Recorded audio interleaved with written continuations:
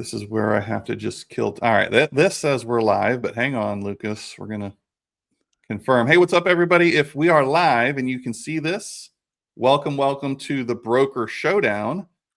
We're going to get started here in just a second. If you're watching the replay, you probably can bounce forward about 20 seconds or so. And we are live. Okay, sweet. All right. This is, I look forward to every episode. I feel like I say this, but it's always true. It's always genuine. I'm really looking forward to this episode because I'm joined today by Lucas Sherraden, and he is, and Lucas, I don't think I've ever had the opportunity to share this with you, and I truly mean this, that he is one of the leaders that I have admired from afar, got to know over the years a little bit as well, but just everything he says is just pure gold and wisdom, man. Like when he speaks, you just stop in your tracks and say, what else? What has he got for me today? We've known each other. Can you tell my 4 children that, please? Yeah, I would only if you'll tell my 2 children. Well, I shouldn't put words. Maybe you don't think that of me, but no, he and I have run together or known each other for, I think, around 13 years or so. He was a team leader, operating principal, leadership coach, regional director, all the things with Keller Williams and Naps. And then that's when I was there as well. I've continued to follow his journey over the years, loosely stay in touch with each other over that time, and always, again, just somebody I've looked up to greatly.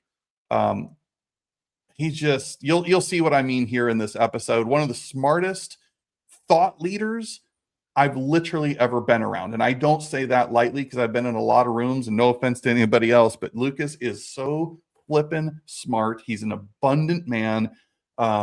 Servant-driven leader to the core. And oh, by the way, I don't want to steal all of his thunder here, but author of an upcoming book that every single person, if you're friends with me, we can no longer be friends unless you support Lucas and get his book called The Uncaged Leader. And it's how surprisingly simple shifts in curiosity and awareness liberate leaders. Who wouldn't want to get that? So that's launching, correct me if I'm wrong, on August 4th. But you have a waiting list people can get on now by going to theuncagedleader.com, theuncagedleader.com. Did I get that right? That is all correct. And pre-sales, I've got a meeting with the publisher later today. Pre-sales should be opening up soon. And in the book publishing world, pre-sales are everything. So if they want to pre-order their books, that would be awesome. And I know I'm going to get asked this, Lucas, because people ask me on mine. Is it going to also be on audio eventually? At some point, yes. Perfect. Okay. So don't get too big of that, but I just can't say enough about Lucas and what an incredible leader and just man, father, husband, all the things he is. So if I didn't include anything, please, over to you just to fill in any spaces that I left out, short little bio, and I'll do the same. It's actually, I kind of actually want to meet the guy you were just talking about. That's pretty cool. That's a pretty very big introduction, and so hopefully we live up to it with a contribution to the people who are listening. I have no doubt. I've never once been disappointed. I've seen you on stages and small rooms, big rooms across the United States, man. And I sound like I'm kissing your butt, and I really don't mean to. You're one of the very few elite people that I've really grown strong respect and admiration for. Very kind. Thank you, Jake. And I really am glad to be on this with you today. So awesome. Well, if this is our first time hanging out, anybody watching this, my name's Jake, founder, CEO of The Locker Room, real estate coaching and training company. And we largely specialize in working with broker owners and or team leaders specifically on all areas of growth, retention, productivity, and profitability. Of course, I'm an entrepreneur, man. I've got other things in the fire and other businesses I'm a part of, but that's the baby. And so the Broker Showdown is designed to feature leaders who are making big impact, making our industry better. And Lucas, obviously, being no exception to that rule. And I just think it's fun. We could kind of have a fireside chat with each other, and you get to watch. But here's the rules of the game. If this is your first time tuning in, each of us came today with 3 questions each for the other person. Neither of us has any clue what the other person's going to ask. So it's kind of fun. It's edgy. It's on the fly. It's not meant to stump the other person, but it's meant to get that raw, organic first thought, first idea that comes to mind out. And so with that, I'm ready to get started, Lucas. Are you ready to roll, man? Let's go, brother. Let's go. Okay. I'm going to time out, because I think some of this lead in will help set the stage for the official 3 questions I'm going to ask you. So this is like the preliminary. It's my show. I get to break the rules. So That's right. my first one to kind of set all of this up is, before we dive into the official hot seat questions, can you describe what a caged leader actually looks like in real life? Like, give us a picture of that. Yeah, because it's a pretty dramatic statement to be caged or to be uncaged. And so what we're tackling in this book is, like in my own journey, is I found out that my achievement was directly connected to how I thought about things. And while that's true, and I think that people talk about that a lot, mindsets, everything, and we got ad nauseum conversation about mindsets. What I found was like real insidious was the fact that not only was my conscious thoughts problem, but my subconscious thinking that I wasn't even aware of was sabotaging myself. So I would see these cycles of my life, or I'd see these repeated themes. Like I know you do a lot of, obviously your whole business is around real estate coaching. And so when I got into real estate, it's like, I'm not making any phone calls. That's just not my personality. I'm a relationship guy. I would say stuff like that, which is a bunch of nonsense. Just cutting to the chase. And I found out that what was happening is I would kick into autopilot thinking and programmed thinking and calling that really real. I didn't realize that my preferences for things were making decisions on my behalf, and I was actually giving up agency. So a caged leader is a person who is running their entire life based upon preferential thinking, not based upon vision and decision. What my book is about is I want people to be free from the cage of preference thinking, of autopilot thinking. So a really easy, simple, silly illustration, Jake, is if I put 2 tubs of ice cream in front of you right now, chocolate and vanilla, which would you choose? I'm going vanilla. Why would you choose vanilla? Just a preferred acquired taste, I guess. I don't know. So here's what's really interesting. You don't even have agency over that decision. You didn't even decide vanilla. Your preference for vanilla chose vanilla on your behalf. All right. And if you could kind of get that, that's the theme of what a caged leader looks like versus an uncaged leader. So leaders who don't like to confront, leaders who don't want to hold somebody accountable, leaders who let things slide, leaders who don't stand for standards, whatever. Our preferences are making decisions, and those preferences are hijacking our vision. And therefore, we're not really free to go out there and make a difference. And so therefore, what we're doing is we're reacting everything that comes to us instead of proacting leadership. And so you and I have been in circles where leaders lead with intimidation and fear. Yes. Well, the only reason why they do that is because they're in a cage thinking that's the only way to get somebody to move from point A to point B. And now, instead of being angry and judging that person, I have great empathy because they're in a cage that they can't even see the bars. Wow. And right? Does that make sense? It makes total sense. And all right, that's it. We're going to end this right here. I told you he was smart and thought leader. Dude, yeah, that's really good. And so the problem I'm trying to solve, which is really difficult. Like if I said, I'm going to solve your profit and loss statement problem, that's an easy problem. I'm going to solve your lead problem. That's an easy problem because those are tangible. What I'm trying to fight is the unseen, invisible enemy that everybody faces, and yet they don't know is there, because if they are aware that the enemy was there, they would tackle it. So I'm trying to say, hey, let me put a flashlight on a problem of autopilot thinking. And honestly, as I say this right now, people are watching this live or they're listening to this like, I don't know what he's talking about. It's like, yes, that's the problem. I'm trying to solve a very big problem that I think actually rules our world. We're living our life by preferences and autopilot, not by decision and vision. What was the inspiration? Was it like a defining moment that happened to you personally that was this awakening, or like what was the... Totally. So there was a moment early in my real estate career. I got into real estate after 20 years in ministry, Jake. I got into real estate in 2008 in Houston, Texas. And so terrible time to get in a city that was arguably one of the, I got thumbs up even on StreamYard. So what that in a city that was even struggling more than what the typical city was in the country at that time. And I was going broke real quick. I went into credit card debt, about $100,000 of credit card debt, just like that.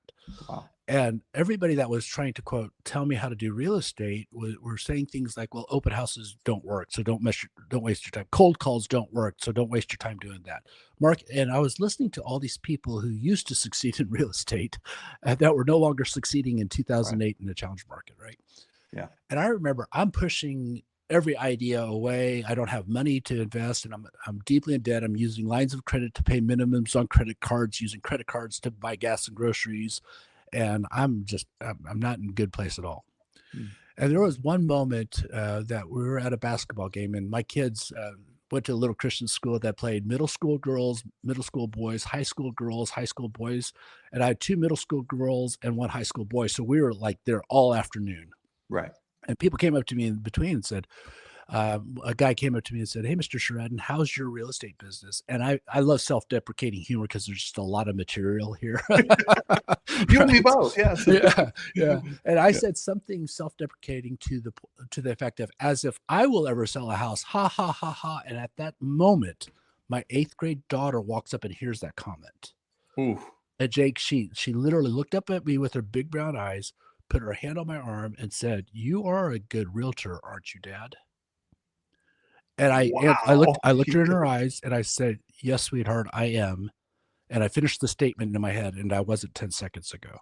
Oh my God. And I realized that all the emotions, all the call dread, all the desire to not do an open house or meet strangers or talk to people or build my database or do things systematically, all those things, I was being driven by a force that I wasn't consciously aware of, and I needed to get into that and see how can I hijack my subconscious thinking so that because you don't bootstrap. I mean, we could try to bootstrap our way in and gut our way into making ourselves make calls.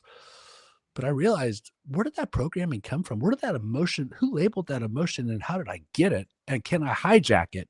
And so that began the journey of learning the story model and learning the 5 o'clock formula, which is in the book, and learning a creation model and how to, out of nothing, create something and then live in a world of unlimited possibilities instead of my own limited levels of achievement. And so that one moment led me on a journey that says, I have got to figure out, how do I get rid of this dread authentically? How do I get rid of this call avoidance or whatever? And honestly, that led me to selling a lot of real estate. That led me to doing pretty good as Keller Williams team leader. That led me doing okay in different, because I learned how to hijack my own thinking and then effectively help others do the same thing, getting free of that cage that had limited me for so many years. Yeah, I'd say you're the captain of the ship now.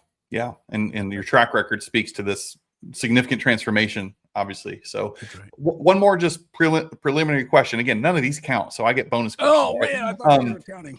Just real quick, though, is there a question that a leader right now watching this could ask themselves today that would reveal whether or not they're in the cage? Yeah. This is the real high level version of this. When you hit an emotional reaction that you become aware of, that you're aware of, oh, I'm triggering. I don't want to call an expired. I don't want to handle this conflict. I don't want to look at a profit loss statement. I want to avoid. When you become aware of an emotion, what I want you to do is sit in that and ask yourself this: instead of that emotion, what else could this mean? What else could this mean? Yeah. Because, for example, let me give you a real life example of the real estate space. If let's pretend, and I did this actually, Jake, and this is going to tell you that after that big introduction, this is going to tell you just how stupid I really am. Whatever. So I remember having a real concern that when I would cold call an expired listing, that they would get mad at me on the phone. And by the way, that happens very rarely, but it does happen from time to time. And I remember the first time I came into it and I realized, what else could this mean? So I would call this person, they would yell at me, I would hang up the phone, and originally I'd get upset that the cold calls don't work, I'm being a nuisance, I'm being a bother. And I would hang up the phone now and say, well, what else could it mean other than I'm a bad person? And it was like, this is the conversation I came up with. Yeah. Literally, it's like, oh, that person didn't breastfeed long enough as a baby. And I would laugh. Well, guess what, Jake? Could it mean that? You can't definitively tell me that Grumpy Greg didn't breastfeed long enough as a baby. Right. I would laugh and reset myself emotionally, and I'd just go into the next call without emotions because it wasn't personal against me. Then it went to another level, Jake, as I remember driving to the office one day, and I had called expired for 3 months because I hired a coach and literally struck out every single day. I was calling 20 a day for 3 months, and I was striking out terribly. And some people would say that's a script problem. I don't think it was a script problem. It was an energy problem. Right. And so one day, I was literally the first Saturday after a new year, which is the gold mine of expired listings. And so I'm driving to the office, and I have this picture in my head. Out there is somebody who has literally had their house on the market for 6 months. Their listing expired. They can't get the previous agent to come get their junk out of their house, the lockbox off the door, the sign out of the yard, and they have to sell today. And they're sitting at breakfast as I'm driving into the office at 8:15 in the morning, and they're saying, "You know what, honey? Can we just pray? We need to pray about this." And I used to be a pastor, so this works for me. And they're over breakfast saying, "God, could you help us out? We got to get our house listed and sold in the next 3 months, and to move on to our next. Could you please help us out today?" Back to me in the car. God, I want to call as many expired listings as I need to call to find the person praying that prayer this morning and be an answer to the prayer.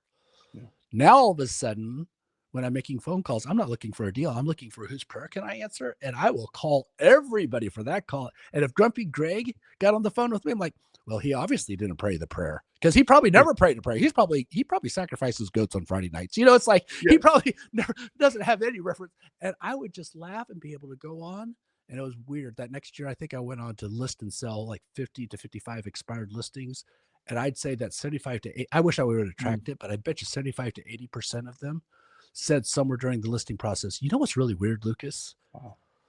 The day that you called us, we were actually praying about it that day." Oh, yeah. Oh. It was just one of those fun things that just helped me. And all of a sudden, now I take energy to the call because I've learned how to hijack my thinking and saying, what else could this mean? It's not me looking for a deal. It's me looking for somebody whose prayer I can answer. Yeah. Guess how I recruited 20 to 25 people a month? God, whose prayer can I answer today?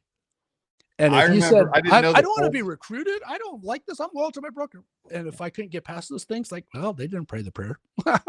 That I didn't know the full scope of this, but I remember distinctly in my early years of being a team leader, you were at some of the regional events and recruiting trainings for TLs and shared bits of that, like the reframing. Now it's like an obligation. I'm not calling to recruit you. I'm calling to answer a prayer. It was just so cool to me to have that like go from head to heart.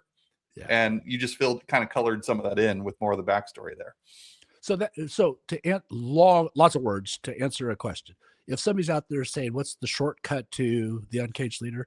Yeah. Next time you face an emotion or face something that you don't want to do is just simply go into, well, what else could it mean? And that takes some discipline and some muscle memory because you want to go back to your default memory, your default meanings all the time. Right. But just remember this, that nothing means anything except for the meaning we attach to whatever it is. Yeah. I'm going to either attach a meaning that is going to disempower or I'm going to attach a meaning that's going to empower.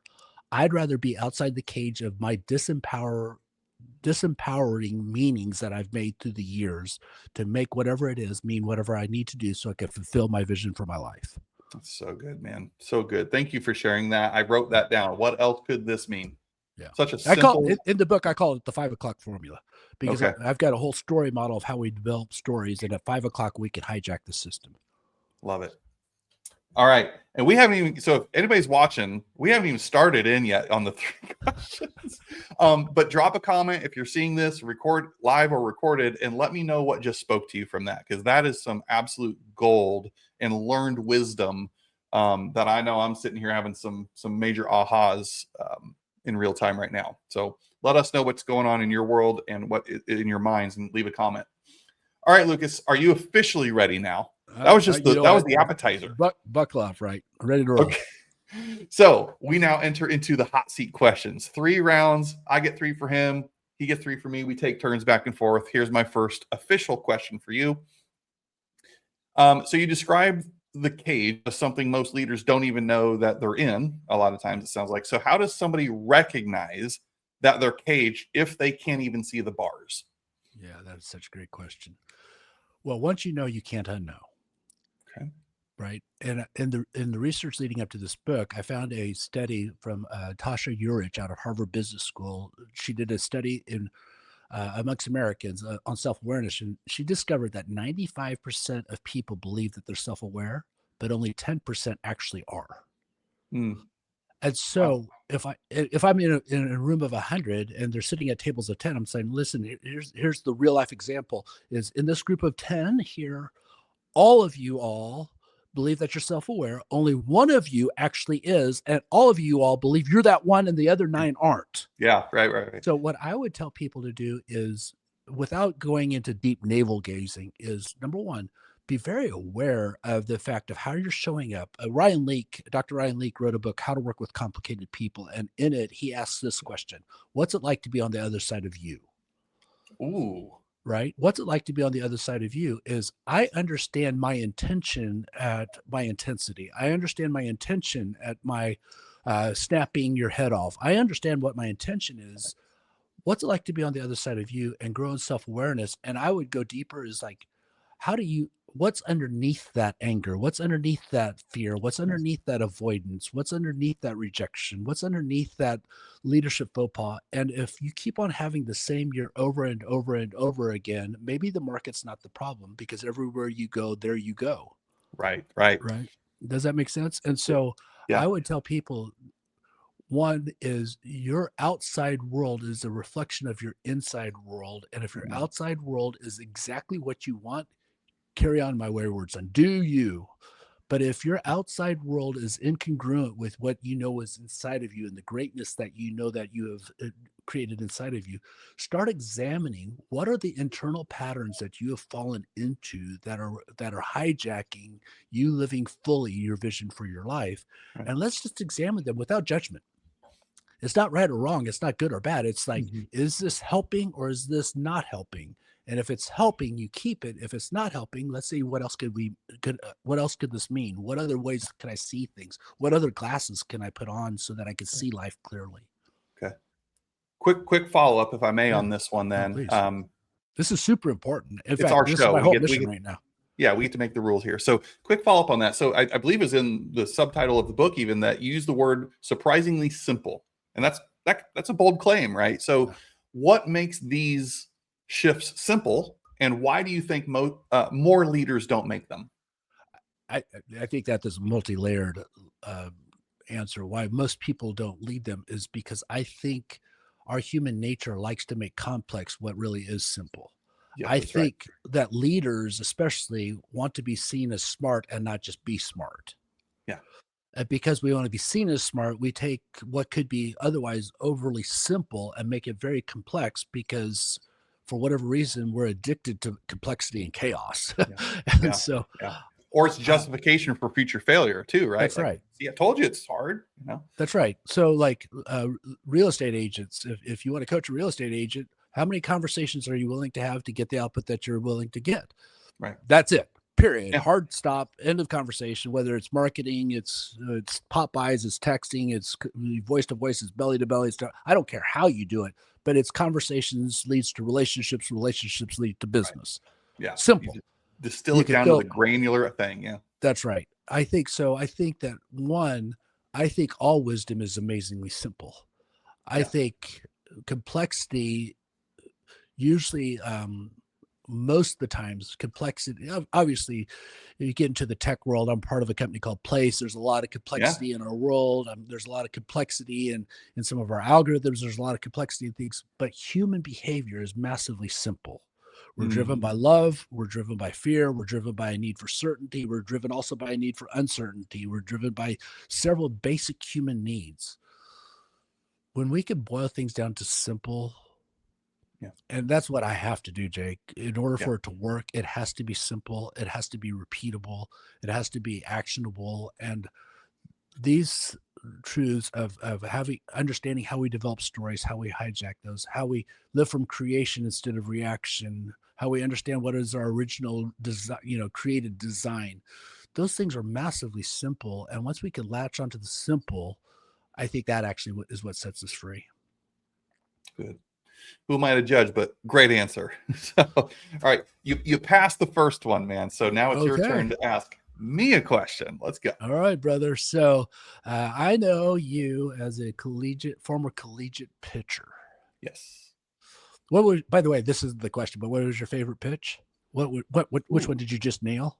I mean, I had a good fastball with movement, and then a good secondary pitch would have been probably curveball was my next go-to. Yeah, the curveball is what got most kids out of baseball. Yeah. Like, Yes. where's On that both ball ends, doing that? hitters can't hit it, and pitchers throw it too early, and their arm shot. Yeah, that's right. So, Yeah. from that standpoint, what have you seen from your pitching world that absolutely helps you connect to your today world? Great question, as expected. So the first thing that hit my mind was, and I'm going to go 30,000 feet just for a second. I love baseball / softball, in fairness, so much because it is a game of failure. It is literally a game of failure where 3 out of 10 successes put you in the Hall of Fame kind of thing. And check this out. And I always have a ball near me. Here it is. Yeah, I saw you. I'm always fiddling around with it. It is the only sport that I can think of. Somebody comment if I'm missing something, where the defense is actually in control of the ball. Every other sport that I can think of, the offense is in control of the ball. Basketball, football, volleyball, the offense has the ball. Yeah. In this sport, I think it's the only one where actually the defense is in control of the ball. That's why it's so freaking hard. And so for me personally, how that experience shows up in the way I go about coaching, leading, serving others today is acknowledgement that I'm probably going to get it wrong more times than I get it right. Yeah. And it's just a natural part of the process. To me, that's accelerated learning, accelerated growth, where I'm willing to mess up quicker, more often, faster than others, so I can ultimately figure out all the ways that didn't work to find the one that did. And now I can document that, rinse, repeat, and scale with it. And so I help other people understand this is kind of for a big experiment, big science project that we're all just experimenting with here and there. And oftentimes the biggest changes come from the smallest, littlest tweak, not some earth-shattering maneuver or pivot that they have to make. But I used to give lessons in camps and clinics to kids. Another kind of part 2 answer to this. And I just busted this out on a training earlier today. Think back to like 6th, 7th grade. If you're watching this, I think that's probably appropriate. Anybody remember Sir Isaac Newton? Newton's law. Yeah. For every action, there's an equal and opposite reaction. And I would tell kids that, listen, when I flex my bicep muscle, for every action, there's an equal and opposite reaction. What does that mean? Well, that means the opposite, being my tricep, has to relax. And so by doing that, how I carry that analogy into work today is that when I say yes to something, that means I'm saying no to something else. Yeah. For every action, there's an equal and opposite reaction. This has served, Lucas, as my decision-making or prioritization filter, believe it or not, from using that analogy from sports. Because now I'm not perfect. Most of the time, before I do something, I have conditioned my mind to ask that question. Okay, Jake, if I say yes to this, what does that mean I'm saying no to? Right. And follow-up question, am I okay with that? It keeps me grounded. It keeps me aligned in my priorities. Last thing, real fast, agents out there. Here's a quick example. Take today, for example. It's 6 o'clock at night tonight.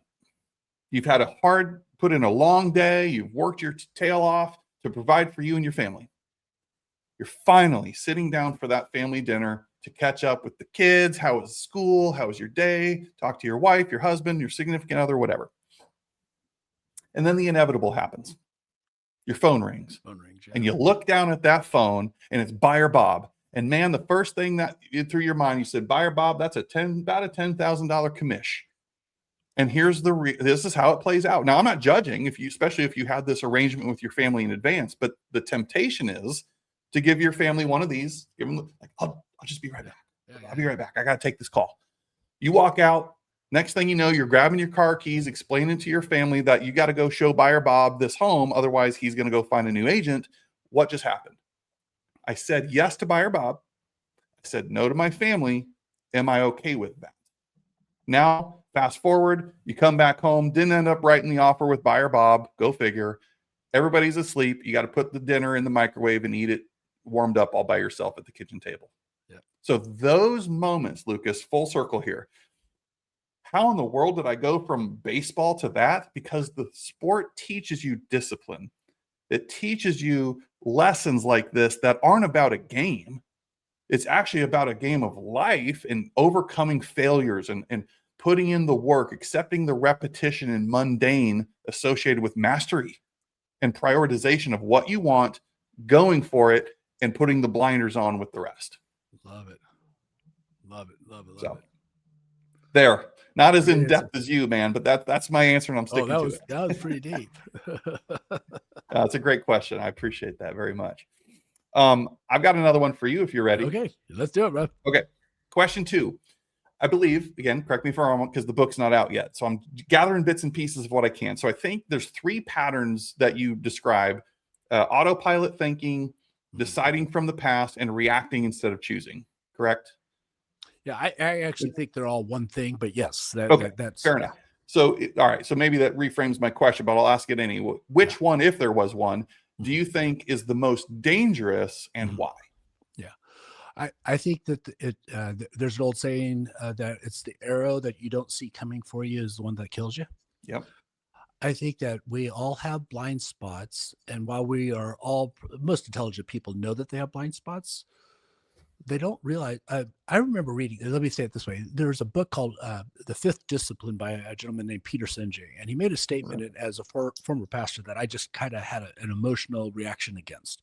And this is what he said. He said, "The past is always present." I'm like, "No, you can get free from your past." Whatever. And then it hit me. It's like, you know what? The past is always present, but how it shows up is completely my choice. And so I think what we do is we have an experience. Let's say it's a good experience. We have an experience. We enjoy it. We want to repeat that experience because that experience now is a good thing. Yeah. We have an experience and it's a bad experience. We want to stay away from that. So we attach meanings and we're just doing meaning stacking on top of each other to the point where it becomes, you're hearing in the coaching world, well, that's just how I'm wired. Really? Yes. That is how you're wired, yes, and it's how you've chosen to respond to the different events in your life that has caused that wiring. And we know through neuroplasticity that you could rewire some things if it doesn't serve you anymore. So I think it's insidious when we go around and say things like, well, that's just how I'm wired, as if that's a death sentence. Or I'm an ID. People blame the disc, right? Do you see it there too? I teach behavioral profiles for place. And I say this frequently because I want it to land with the audience, is that personality profiles never trump personal decisions. Yes. Yes. Preach. Yeah.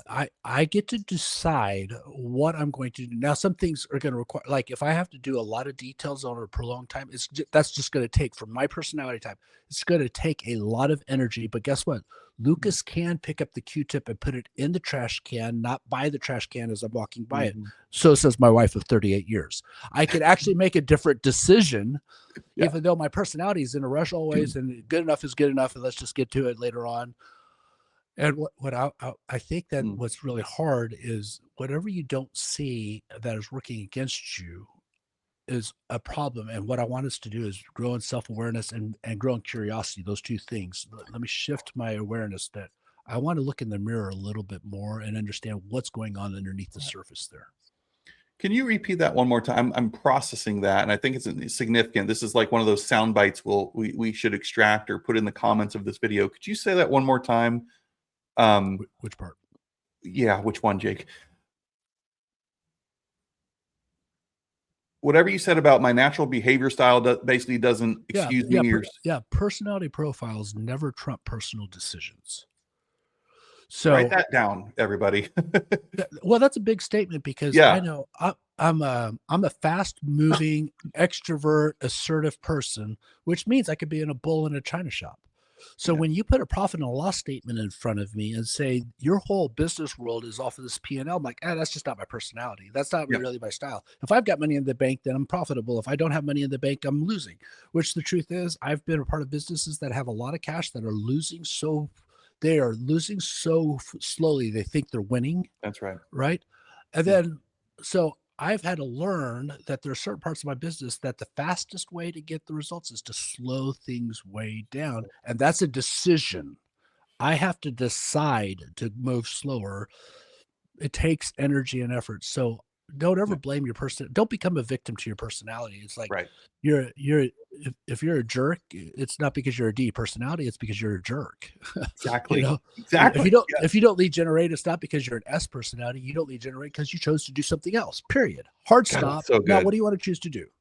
That's so good. Yeah. That's so good. Thank you for that. Quick follow up on this one. Yeah. Could you maybe like walk us through what it feel like? What does this feel like to step out of the cage, or what changes first? Maybe. Yeah, well, this is what I would say. When you step out of the cage, we just know from natural research that an animal that's been caged their entire life that gets released from the cage has to relearn how to live. They don't know how to live outside the cage because their entire life has been in captivity. Yes. I start the book off with I love history. I start the book off because in my research, I'm old enough to remember the Berlin Wall. You might not be old enough to remember the Berlin Wall, but Yep. when the World War II has ended, for whatever reason, the Soviet Union and the rest of the Allies decide, you know what, the Soviet Union's going to have East Berlin, the rest of the Allies are going to have West Berlin. West Berlin was free democracy, East Berlin was communist rule. And when the East Berlin people found out about it, they said, oh no. And they all started rushing to West Berlin. And the Soviets says, no, you're not. They erected a wall. They put barbed wire on top of the wall. They put armed guards there and says, if any East Berlin person tries to go to West Berlin, we will shoot or imprison them. You cannot do that. Okay. And for years, they enforced that strictly. Well, then Ronald Reagan comes by and says, Mr. Gorbachev, tear down that wall. And they tore Yep. down the wall, only to realize that there were large parts of the wall that were already torn down and that were disrepaired. But what kept East Berlin in was the idea that that wall was impenetrable and that they would be executed on sight, Right. even though they could have walked over to West Berlin by the time they brought down the wall.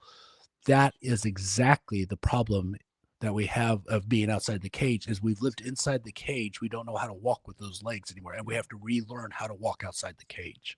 That's a great illustration. Yeah. That lands. That helps. Yeah. Yeah. Okay. I love it, man. Great stuff. All right. I think number 2 for you, or All for right. me. So I'm curious. You started this company called The Locker Room.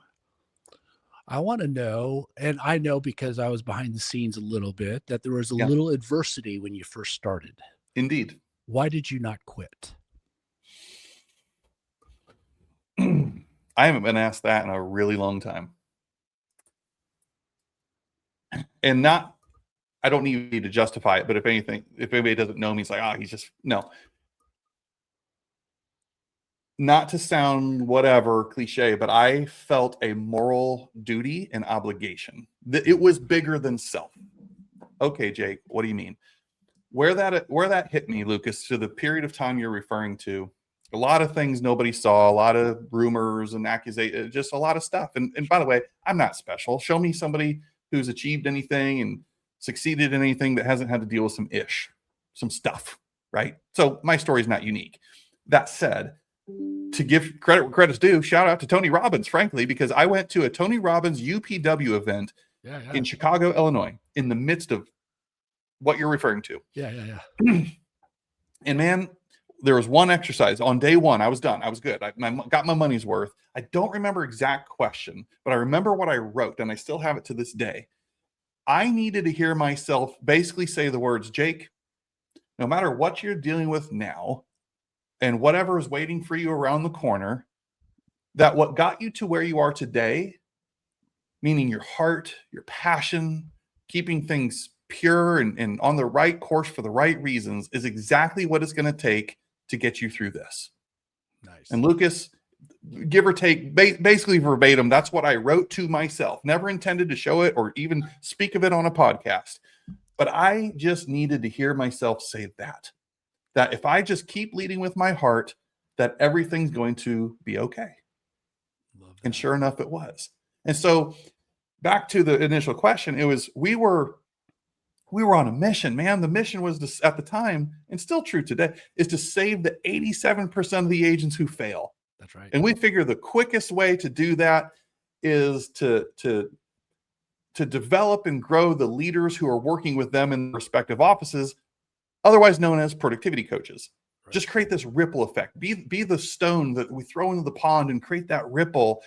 And we can't save them all, But by gosh, if we lock ourselves together on this mission with a purpose, a rally call, and a cause to leave the industry better than we found it, and no longer accept statistics like 87% fail year over year over year, that my goodness, maybe it's 77. Maybe we can take it down to 83. I don't know, but we're going to be a part of the solution rather than being a part of the problem. And so if you ask me that same question the first 6 months, it was going to be all about me, success. And I'm just going to show them. But it became so much bigger than that. And right around that same time, I don't know, you probably have your student of the game, the book called Halftime. I can't recall the author, but it's called Halftime. In that book, it hit me like a ton of bricks. The only quote I remember from it is, he said, if the first half of your life was a quest for success, then make the second half of your life a quest for significance. Love it. And half isn't defined by an age and number. It's that moment. It's that defining moment where you feel called to a greater purpose than self. And you just happen to be around of other champions who are on that same mission. I just can't, I can't apologize for the passion and intentions behind it. Even when there was some mud being slung, it's like, I'm just going to dig in and stay the course, stay true to what we are about, and the rest will take care of itself. And it did.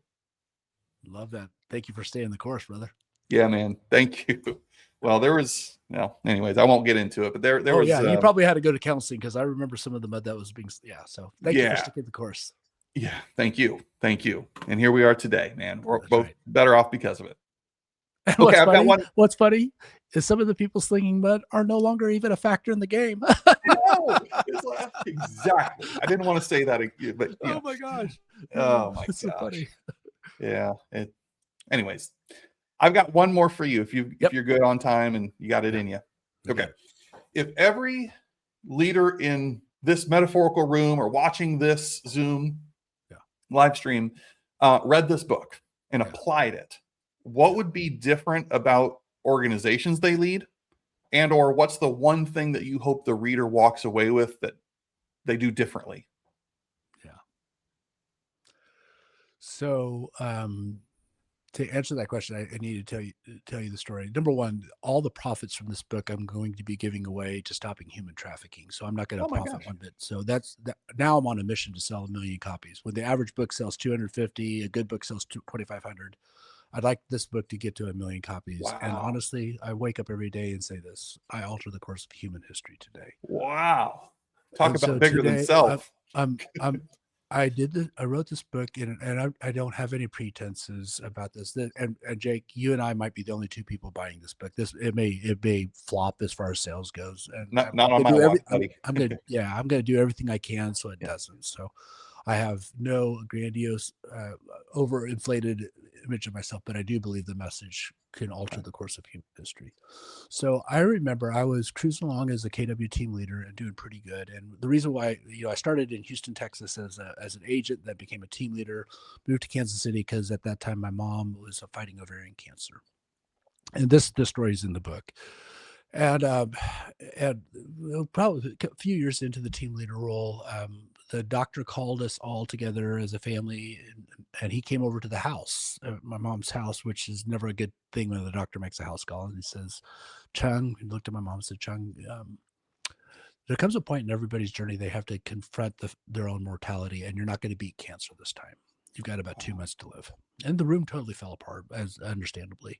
But I happened to catch my mom's eye, and she didn't fall apart. She just sat there and shook her head and was like, oh, cancer. And for whatever reason, she made a decision that if I have 2 minutes to live, I'm going to actually live, and I'm going to have some conversations I really need to have. Yeah. And there was a night, probably 2 or 3 weeks before she eventually passed. My dad called, he needed to run some errands, and my mom couldn't even get to bed. She was so weak and full of pain. And so I had to help her to bed and things. But I came over and sat with her, and mom, when my dad left, she had an agenda. She said, okay, Lucas, we need to have a conversation. I said, okay, Mom. She says, I want you to do my funeral. Which said, Mom, I am not going to do your funeral. I'm no longer in ministry. I don't want to do that. And I definitely don't want to do your funeral. She goes, no, you're going to do my funeral, and you're going to thank your dad. You're going to do this. You're going to say these words. She told me exactly what I was going to do. And I said, okay, Mom. And she said, and there's a second thing I want to talk to you about. She said, I noticed that you're having some success in the business world, and I want you to know I'm so proud of you. I noticed that you're making some money now, and I'm so very, very proud of you. I'm excited to see all the awards you're getting, the accolades you're getting, and what have you. And she leaned in and she says, but Lucas, I want you to know something. Anybody can make money. I need you to promise me that you'll live to make a difference. Oh my gosh. I wrote this book because I made a promise to my mom 2 to 3 weeks before she went to see the Lord that I'd live to make a difference. And this is my effort to help every leader, whether you are a mom leading a 2-year-old child, you're a husband trying to lead a family, you're a manager at the local grocery store. I don't care at what level of leadership you are. I wrote this book because I believe everybody is called to be a leader of some sort. Yeah. And I want you to make the Uncaged leadership promise. Live to make a difference. Whether it's encouraging the person at Starbucks, whether it's leading an organization that helps curb the 87% of real estate agents that leave the industry, anybody can make a money. Money is just a math problem. We could figure out how to make money. But not everybody wants to live to make a difference. I want you to live to make a difference. And let's together alter the course of human history forever and do something that has never been done before. Because I believe if we're uncaged, we wake up every day and we live in a world of unlimited possibilities that says, what would you like to, out of nothing, create today, not based upon your past, but based upon your future? Where do you want to go? And let's do that. Because I think there's 3 general groups of people. There's people who react to what's happening and comment and watch other people ride the wave of whatever's happening. There's a second group of people that are reactive to what is already happening, and they're riding the wave of whatever the industry is doing or whatever normal's doing. And then there's a third group of leaders, and that's who I'm calling today. Is there the people who out of nothing create new possibilities, do things like Steve Jobs did, do things like Winston Churchill did, do things like Abraham Lincoln did, do things that are historic, like Mother Teresa did, like Sarah Blakely's done. I'm calling people to do something like Rosa Parks did. I'm calling people to do something like Martin Luther King did. What if somebody listening today says, you know what? I'm going to get outside the cage and I'm going to create something that never's been created before, in kindness, in honor, in respect. It doesn't have to be $1 billion company. It's just, what is your unique design? Get out of the cage and let's make a difference. My man, I know not a single ounce of that was scripted, and that was all heart, and I felt it. Oh yeah, totally. And you've already made a difference, and that's powerful stuff. That is compelling. I didn't know that. I'm in real time with you. I did not know the book and all the proceeds were going to go towards such an amazing cause. Yeah. So whatever I can do to lock arms, man, with you, and I mean, here we are, but it doesn't have to stop here. You've just done it. So what amazing promise that you made back to your mother that you are now certainly delivering on. Thank you for sharing that. That's really cool. You betcha, brother. You betcha. Well, I know we're at time. I want to be sensitive, so you can ask me and I can be super quick with my answer, or I can in 10 words or less. In your entrepreneurial journey, what has surprised you the most? 10 words or less. Oh my gosh. That's 5 of them. Repeat it, because in your entrepreneurial journey, what has been the most surprising thing you've encountered? What surprised you the most? Yeah. Count my words. I don't know, but I'll be very succinct. Whatever you think it's going to take, anticipate it being 10 times harder, 10 times more expensive, and take 10 times as long. That's it. Yeah, I'm thinking to myself as I hear you say that, it's like, oh, they say write a book, Lucas. Okay, let's write a book. Oh my gosh. Yeah, that'll be fun. Right, exactly. Lucas, man, I've already kept you 3 minutes over. You're a busy man, and I am so appreciative of you giving us time today. Of course, anybody watching this, leave them some love. Let us know what you heard, what you got from this, what stood out to you. And by all means, the uncagedleader.com, uncagedleader.com. Go get on the wait list. Sounds like pre-orders are starting soon. That is one of the best ways we can not only say thank you and support Lucas, but also now all of us are aware of the greater cause that the proceeds are going to help go to. How can you not get behind it? And also, Jake, if they sign up, there's some videos that we send out on a weekly basis, some coaching, and there's some other free resources that we just give out for free just to help out. Let's do it, gang. Let's rally behind this and show support. And And Lucas, just again, thank you so much for who you are, what you stand for, what you've meant to me over the years, and for giving us this time. This was really cool. A lot of fun. You betcha, my friend. I appreciate it. You got it. Okay. See you, everybody.